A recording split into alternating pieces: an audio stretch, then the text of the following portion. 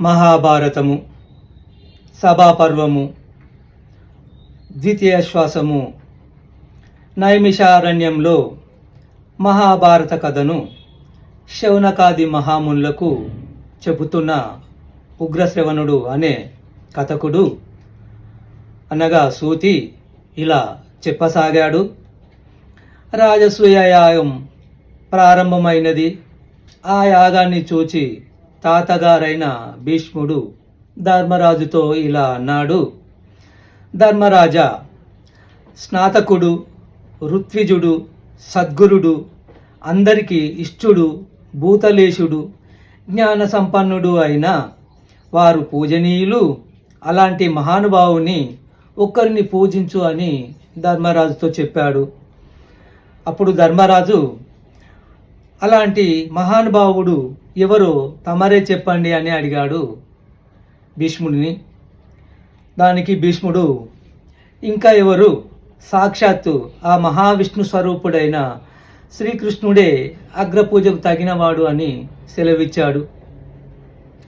మనసులో మాట చెప్పినందుకు ధర్మరాజుకు చాలా సంతోషం వేసింది. సహదేవుడు తెచ్చిన ఆర్ఘ్యమును శ్రీకృష్ణునికి ప్రీతితో సమర్పించాడు. దానిని చూచి సహించలేకపోయాడు శిశుపాలుడు. ధర్మరాజును చూచి ఇలా అన్నాడు. ఓ ధర్మరాజా, ఈ సభలో ఎంతోమంది మహారాజులు ఉన్నారు. విశిష్టంగా పూజింపతగ్గవారు బ్రాహ్మణులు ఎంతోమంది ఉన్నారు. కానీ ఆ భీష్ముని మాటలను విని నీవు చెడినొడ వెనుక కల ఈ శ్రీకృష్ణుని పూజిస్తున్నావు. ఇది నీ అవివేకము కదా. ఆ దాశార్హుడు పూజార్హుడా? ఈ భీష్మునికి ఆలోచనే లేదు. అందుకే నీకు ఈ దుర్బోధ చేశాడు. మీరు శ్రీకృష్ణునికి అంతగా కావలసిన వారు అయితే మీ ఇంటికి పిలిచి మర్యాదలు చేసుకోండి. అంతేగాని 10 మంది ఎదుట ఈ మహాసభలో మర్యాదను చెడగొట్టకండి. ఎందుకంటే ఆ మర్యాదకు ఇతడు అర్హుడు కాదు. ధర్మరాజా, ఈ శ్రీకృష్ణుని నీవు వృద్ధుడు అని పూజిస్తున్నావా? ఈ సభలో ఆయన కన్నా వృద్ధుడు నీ తండ్రి వసుదేవుడు ఉన్నాడు కదా. ఋత్విజుడు అని పూజిస్తున్నావా? దానికి వేదవ్యాసుడు ఉన్నాడు కదా. ఆచార్యుడు అని పూజిస్తున్నావా? దానికి ద్రోణాచార్యులు ఉన్నారు, మరియు కృపాచార్యులు ఉన్నారు. పోని భూనాథుడు అని పూజిస్తున్నావా? యాదవరాజులు ఎంతోమంది ఉన్నారు కదా. ఏ అర్హత ఉందని శ్రీకృష్ణునికి అగ్రతాంబూలం ఇచ్చావు? ఈ భీష్ముడు చెప్పాడని 10 మందిలో పరువు పోగొట్టుకున్నావు కదా. ధర్మరాజు పూజ్యుడని గుణవంతుడివని ఈ రాజసూయానికి ఎందరో రాజులు వస్తే వారిని ఇలా అవమానిస్తావా? నీవు అజ్ఞానంతో ఇచ్చిన సిగ్గు లేకుండా శ్రీకృష్ణుడు ఆ ఆర్ఘ్యం ఎలా తీసుకున్నాడు? ఇక్కడ కృష్ణుని పూజించడం నపుంసకుడికి పెళ్లి చేయడం లాంటిది. చెవిటివాడికి వీణుల విందైన సంగీతం వినిపించడం లాంటిది. గుడ్డివాడికి అందమైన అమ్మాయిని చూపించడం లాంటిది. ధర్మరాజా, ఈ సభలో నిన్ను చూచి అందరూ నవ్వుతున్నారు తెలుసా అంటూ శిశుపాలుడు సభ విడిచిపెట్టాడు. ధర్మరాజు శిశుపాలుని వెంట వెళ్ళాడు. శిశుపాల, నీలాంటి ప్రభువులకు పౌరుషంగా మాట్లాడడం తగునా? సాక్షాత్తు ఆ మహావిష్ణు అవతారమని పూజార్హుడని తెలుసుకొని భీష్ముడు శ్రీకృష్ణునికి ఆర్ఘ్యమిమ్మన్నాడు. అది దోషం ఎలా అవుతుంది? శ్రీకృష్ణుని భీష్ముడు అర్థం చేసుకున్నట్టు నీవు ఎలా అర్థం చేసుకోగలవు? పెద్దలను గురించి తెలుసుకోవడం అల్పులకు సాధ్యమా? లోకోత్తరుడని అందరూ కీర్తిస్తూ ఉంటే నువ్వు ఇలా కాదనడం భావ్యమా అని శిశుపాలుడికి నచ్చజెప్పపోయాడు ధర్మరాజు. అప్పుడు భీష్ముడు ధర్మరాజును చూసి, ధర్మరాజా, శిశుపాలుడు బాలుడు, చెడు ప్రవర్తన కలవాటు పడినవాడు. వాడిని ఒప్పించే ప్రయత్నం ఎందుకు చేస్తున్నావు? కొద్దిపాటి రాజ్యం లభించగానే మదం తలకెక్కినవాడు, అకారణంగా పెద్దలను నిందించేవాడు, వీడికి ధర్మాధర్మములు ఎలా తెలుస్తాయి అని ధర్మరాజుతో భీష్ముడు అన్నాడు. శిష్పాల, బుద్ధి లేకుండా శ్రీకృష్ణునికి ఆర్ఘ్యం స్వీకరించే యోగ్యత లేదంటావా? ఇక్కడ ఉన్న రాజులందరూ నాడు జరాసంధుని చెర నుండి ఆ మహానుభావుడు శ్రీకృష్ణుడు విడిపించిన వాళ్ళే కదా. జ్ఞానవృద్ధుడైతే బాలుడైన పూజనీయుడే, అమిత పరాక్రమవంతుడైన క్షత్రియుడు పూజనీయుడే. శ్రీకృష్ణుడు మహాజ్ఞాని. మురుడు అనే రాక్షసుని సంహరించి మురారి అనే కీర్తి గడించాడు. అందుకే శ్రీకృష్ణుడే లోకారాధ్యుడు. వృద్ధులు 1,00,000 మంది ఉన్నను అందులో జ్ఞానవృద్ధుడినే పూజిస్తారు. ఇతరులను పూజిస్తే వారు మాత్రము తృప్తి పొందరు. శ్రీకృష్ణుని పూజిస్తే లోకమంతా తృప్తి చెందుతుంది తెలుసా అన్నాడు భీష్ముడు. ఇంతలో సహదేవుడు లేచి, మేము శ్రీకృష్ణుడికి ఆర్ఘ్యం ఇచ్చాము, మా ఇష్టం. ఎవరైనా దుర్జనులు దీనికి కాదంటే వారిని నా పాదం కింద పెట్టి అనగద్రొక్కెదను అంటూ భీకరంగా తన పాదం ఎత్తాడు. భీకరుడైన సహదేవుని చూచి సభ అంతా భయభ్రాంతమైంది. అప్పుడు శిశుపాలుని సేనాధిపతి అయిన సునీధుడు తన సైన్యాన్ని తమ పక్షాన ఉన్న రాజులందరినీ ఒకటిగా చేర్చి యుద్ధానికి సిద్ధమయ్యాడు. ఈ పరిణామానికి ధర్మరాజు కలత చెందాడు. భీష్ముని చూచి, పితామహ, ఆహుతులైన రాజులందరూ కలత చెంది ఉన్నారు, తమరే శాంతిపరచాలి అని అన్నాడు. అప్పుడు భీష్ముడు, ధర్మరాజా, కలతపడకు. సకల రాక్షస సంహారుడు సాక్షాత్తు శ్రీకృష్ణుడు ఈ యాగాన్ని రక్షిస్తున్నాడు. ఎవరు ఈ యాగాన్ని విఘ్నం చేయలేరు. ఆ మాటకు శిశుపాలుడు కోపించాడు. ఈ ముదుసలి భీష్ముడు ఆ యాదవుడిని పరమ ఈశ్వరుడు అని పొగిడాడు. ఈ పాండవులు ధర్మాత్ములట. ఇక్కడ ఉన్న రాజులందరూ అధీరులా. పూతన అనే స్త్రీని చంపుట, ప్రాణరహితమైన బండిని తన్నుట, పుచ్చిన చెట్లను పడదోయుట, ఒక చిన్న పుట్టలాంటి కొండను ఎత్తుట, ఇవన్నీ పరాక్రమాల? అవి మీరు పొగడాలా? శ్రీవధ చేసిన వాడికి మర్యాదల? మీ నాలుకలు సహస్ర చీలికలు చేయాలి. ఇంకా తమరి సంగతి, మరొకరు ప్రేమించిన కన్యను అపహరించి తెచ్చి తమ్ముడికి కట్టబెట్ట చూచావు. కానీ ధర్మం తెలిసిన నీ తమ్ముడు అమ్మను విడిచిపెట్టాడు. సంతానహీనుడవు నువ్వు ధర్మపన్నాగాలు చెబుతున్నావా? ఈ శ్రీకృష్ణుని వీరత్వం నాకు తెలియదా? మహావీరుడైన జరాసంధునికి భయపడి 10 మార్లు పారిపోయాడు. భీమార్జునులను సహాయం తీసుకొని కపట బ్రాహ్మణ వేషాలలో వచ్చి చంపారు. ఇది ఒక వీరత్వమా అని శిశుపాలుడు అన్నాడు. శ్రీకృష్ణుని ఆ విధంగా తూలనాడటం చూసి భీముడు కోపంతో ఊగిపోయాడు. శిశుపాలుడిని చంపడానికి కోపంతో ముందుకు ఉరికాడు. భీష్ముడు భీముని ఆపాడు. భీమసేన, ఈ శిశుపాలుని నువ్వు చంపరాదు. ఈ దుర్మార్గుడు దమఘోషుడు సాత్వతికి పుట్టాడు. పుట్టుకతోనే 4 భుజాలతో, నొసటి మీద కన్నుతో, గార్ధబ స్వరంతో పుట్టాడు.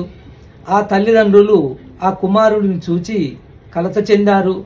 అప్పుడు అశరీరవాణి, ఈ బాలుడిని ఎవరు ఎత్తుకున్నప్పుడు ఇతను మామూలు రూపం పొందుతాడో అతనే ఇతన్ని చంపగలడు అని పలికింది. అప్పటి నుండి ఆ బాలుడిని అందరికీ ఇవ్వసాగారు. ఒకరోజు బలరామకృష్ణులు ఆ బాలుడిని చూడటానికి వచ్చారు. ప్రథమంగా శ్రీకృష్ణుడు ఎత్తుకున్నాడు. శ్రీకృష్ణుడు ఎత్తుకోగానే ఆ బాలుడు అతనికి అధికంగా ఉన్న చేతులు, కన్ను అణిగిపోయాయి. శ్రీకృష్ణుని చేతిలో అతని మరణం తథ్యమని తలచిన అతని తల్లి శ్రీకృష్ణుని చూచి, శ్రీకృష్ణ, నీ మరిది అయిన ఇతని తప్పులు 100 క్షమించు అని కోరింది. అలాగే అన్నాడు శ్రీకృష్ణుడు. ఇతడు 100 తప్పులు పూర్తి కాగానే ఇతడు శ్రీకృష్ణుని చేతిలో హతురవుతాడు అని చెప్పాడు భీష్ముడు. ఎప్పటికీ శిశుపాలుడికి బుద్ధి రాలేదు. శ్రీకృష్ణ, ఈ ముదుసలి భీష్ముడు, ఈ పాండవులు అనర్హుడైన నిన్ను సన్మానించారు, అది నేను సహించలేను, నాతో యుద్ధానికి సిద్ధం కండి అని అన్నాడు శిశుపాలుడు. అప్పుడు శ్రీకృష్ణుడు అందరినీ చూచి, మేము ప్రాగ్జ్యోతిష్యపురం మీద దండెత్తిన సమయంలో ఈ శిశుపాలుడు ద్వారకా నగరాన్ని తగలబెట్టాడు. భోజరాజులు రైవతకాద్రి మీద భార్యలతో గడుపుతుంటే వారిని దారుణంగా చంపాడు. నా తండ్రి వసుదేవుడు అశ్వమేధ యాగం చేస్తూ ఉంటే ఆ అశ్వాన్ని అపహరించాడు. బబ్రుని భార్యను తన భార్యగా చేసుకున్నాడు. నా అత్త సాత్వకి కోరిక ప్రకారము 100 తప్పులు సహించాను. ఇతడు నాకు పరమశత్రువయ్యాడు అని అన్నాడు శ్రీకృష్ణుడు. అప్పుడు శిశుపాలుడు శ్రీకృష్ణుని చూచి, దుర్మార్గుడా, నేను పెళ్లి చేసుకోదలచిన కన్యను అపహరించి ఇంకా సిగ్గు లేకుండా మాట్లాడుతున్నావా అని దూషించాడు. ఇంకా శ్రీకృష్ణుడు సహించలేకపోయాడు. తన చక్రాయుధాన్ని ప్రయోగించాడు. ఆ చక్రాయుధం శిశుపాలుని శిరస్సు నరికింది. శిశుపాలుని శరీరం నేల మీద పడింది. శ్రీకృష్ణుడు ధర్మరాజుతో శిశుపాలునికి అంత్యక్రియలు జరిపించమన్నాడు. శిశుపాలుని కుమారుని చేది దేశానికి రాజుగా చేశాడు. శిశుపాలుని వధతో రాజసూయం పరిసమాప్తం అయింది. ధర్మరాజు రాజసూయానికి విచ్చేసిన దేవతలను, గురువులను, బ్రాహ్మణులను తృప్తిపరిచాడు. ధర్మరాజు ఆజ్ఞ ప్రకారము భీమసేనుడు, భీష్మ, ధృతరాష్ట్రులను, అర్జునుడు, ద్రుపదుని, నకులుడు, శల్య, సుబలులను, సహదేవుడు, ద్రోణ, కృప, అశ్వత్థామలను, దృష్టద్యుమ్నుడు, విరాట, భగదత్తులను, అభిమన్యుడు, ఉప పాండవులు, మిగిలిన దేశాధీశులను సాగనంపారు. శ్రీకృష్ణుడు కూడా ధర్మరాజు వద్ద సెలవు తీసుకొని ద్వారకకు పయనమయ్యాడు. పాండవులు అందరూ శ్రీకృష్ణుని సాదరంగా సాగనంపారు. మయసభా విశేషాలను చూడడానికి దుర్యోధనుడు, శకుని ఇంద్రప్రస్థంలో ఉన్నారు. ఒకరోజు సుయోధనుడు ఒంటరిగా మయసభ చూడడానికి వచ్చాడు. దాని అపూర్వ సౌందర్యానికి ఆశ్చర్యపోయాడు.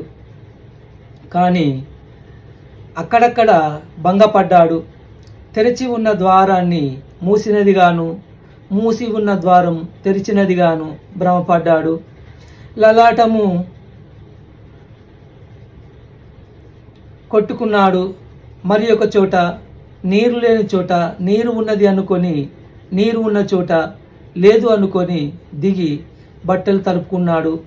అతని అవస్థ చూచి పాండవులు, ద్రౌపది నవ్వుకున్నారు. ఇది చూచి ధర్మరాజు సుయోధనునికి మంచి వస్త్రాలు, ఆభరణాలు ఇచ్చి పంపించాడు. కానీ దుర్యోధనుడు తనకు జరిగిన అవమానానికి సిగ్గుపడ్డాడు. హస్తినకు బయలుదేరాడు.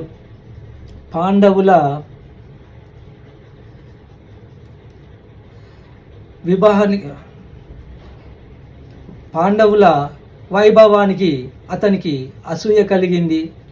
మయసభ వైభవము అతని మనసుకు అగ్నిజ్వాల అయింది. సహించలేకపోయాడు. రోజు రోజుకు కృషించిపోసాగాడు. ఇది చూచి శకుని ఇలా అన్నాడు, సుయోధన, నీకు ఏమైంది? ఎందుకు ఇలా ఉన్నావు?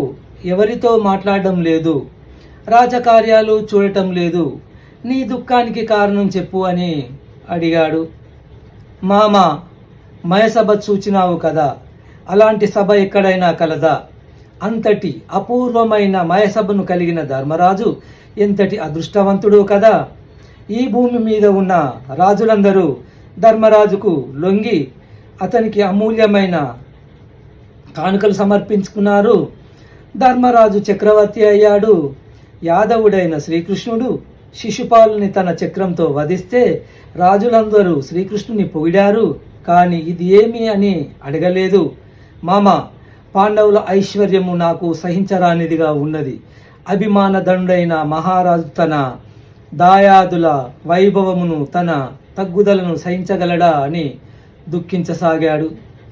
దానికి శకుని, సుయోధన, దీనికి ఇంత చింత చెందవు ఎలా?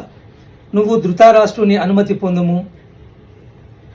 పాండవుల లక్ష్మిని నీకు సమకూర్చెదను అని అన్నాడు. ఇద్దరు ధృతరాష్ట్రుని వద్దకు వెళ్ళారు. తన కుమారుని శరీరం కృషించడం చూసి ఎంతో చింతించాడు ధృతరాష్ట్రుడు. నాయన సుయోధన, కౌరవ సంపద అంతా నీకు ఇచ్చాను కదా, నీకు ఇష్టం కాని వారు ఎవరూ లేరు కదా, దేవేంద్రునితో సమానమైన భోగభాగ్యాలు నీకు ఉన్నాయి, అందరు రాజులు నిన్ను భక్తితో కొలుస్తున్నారు, నీవు కృషించడం విరక్తి చెందడం ఎందుకు అని అడిగాడు. తండ్రి, పాండవుల ఐశ్వర్యము ఇంద్రుని ఐశ్వర్యం కన్నా ఎక్కువగా ఉన్నది. పాండవుల కీర్తి నలుదిక్కులా విస్తరించినది. సమస్త భారతదేశము పాండవులకు ఆధీనమై ఉన్నది. ఒక రాకుమారుడి నై ఉండి నేను దీనుడిలా ఎలా ఉండగలను? రాజసూయ యాగము సమయంలో రాజులందరూ ఆశేష రత్నాభరణములు తెచ్చి ఇచ్చారు. ధర్మరాజు ఐశ్వర్యాన్ని పోల్చడానికి 3 కాలాలలో ఉన్న రాజులు సాటిరారు కదా.